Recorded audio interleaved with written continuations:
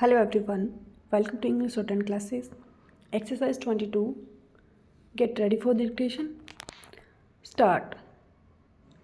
The foundation, national integration at the individual level will thus be securely laid if every citizen of India discovers India for himself or herself. If he develops a strong patriotic feeling and if he continually strives to serve his country. But in a nation, groups are even more important than individuals, and it is necessary to lay the foundations of national integration at the group level as well. Every individual belongs not to one group but to several groups simultaneously. For instance, he belongs to his family, which is a primary group. He also belongs to several larger groups at the same time, such as his profession, his caste or class, his place of residence, his language or religion, his country, and ultimately to the entire universe. He has also a simultaneous loyalty to all these groups. No problem arises when the loyalties of these different groups do not clash with another. But very often their interests conflict, and then a method of reconciling them has to be evolved. National integration demands two things in this context. Firstly, it expects every citizen to realize that the interests in individual or a group are not served in their exclusive pursuit at the cost of everything else, and secondly, it also expects every citizen or group to subordinate its interests to those of the nation as a whole. It is quite well known that a selfish pursuit of personal or group interests often proves to be counterproductive and socially harmful in the first instance, and in the long run it adversely affects those very individual or group purposes which it was expected to serve.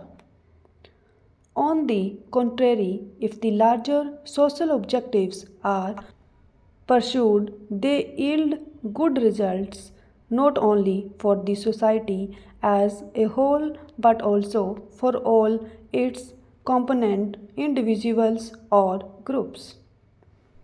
For instance, a ruthless competitive effort by every individual to secure food or a job for himself may not necessarily help him to get food or employment. It will certainly not solve the social problems of hunger, malnutrition, or unemployment. But if all citizens and groups were to strive for abolition of hunger or unemployment in a concerted action, these social problems will easily be solved. In order to promote national integration, therefore, we must educate each citizen to subordinate his personal to the imperatives of national development in all its parameters. It is unfortunate that there are several antisocial forces which prevent the development of national integration. It is the responsibility of all of us to see that they are overcome. One such important force is regionalism. While one understands a certain loyalty to the region and a certain healthy interest in its development, such loyalties and interests are often overdone and attempts are made to spread feelings of hostility against people of other regions or against the nation itself.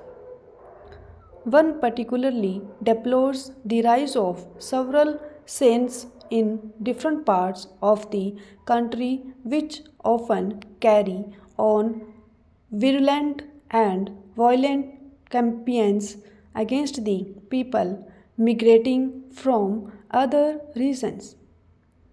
One can sympathize with the demand that the legitimate claims of the local people in regard to local employment should be given due consideration.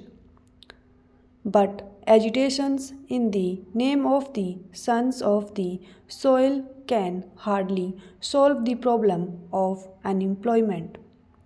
It can be solved only when there is rapid economic growth, not only in the region, but in all parts of the country.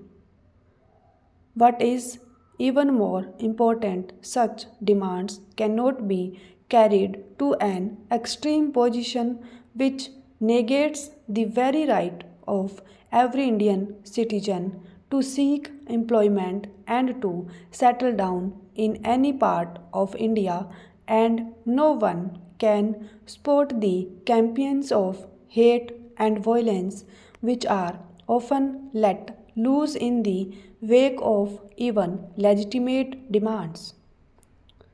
Another important disruptive force is linguism. One sympathizes with the demand that the claims of every Indian language should be duly recognized in all development plans. This, in fact, is the existing policy of government, and several measures are being taken to see that all Indian languages, each of which is a national language, receive due encouragement and support.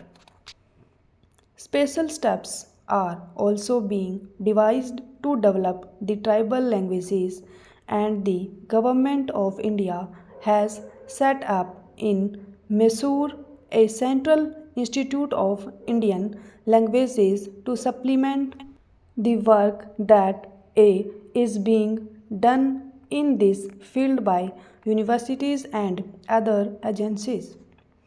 It is, however, necessary to recognize that in linguistically plural society like ours, individual language groups have to adjust themselves to certain national imperatives. We must cultivate English, and in addition, we must study other international languages also on an increasing scale. We must recognize that we do need a link language at the national level, and that this can only be Hindi.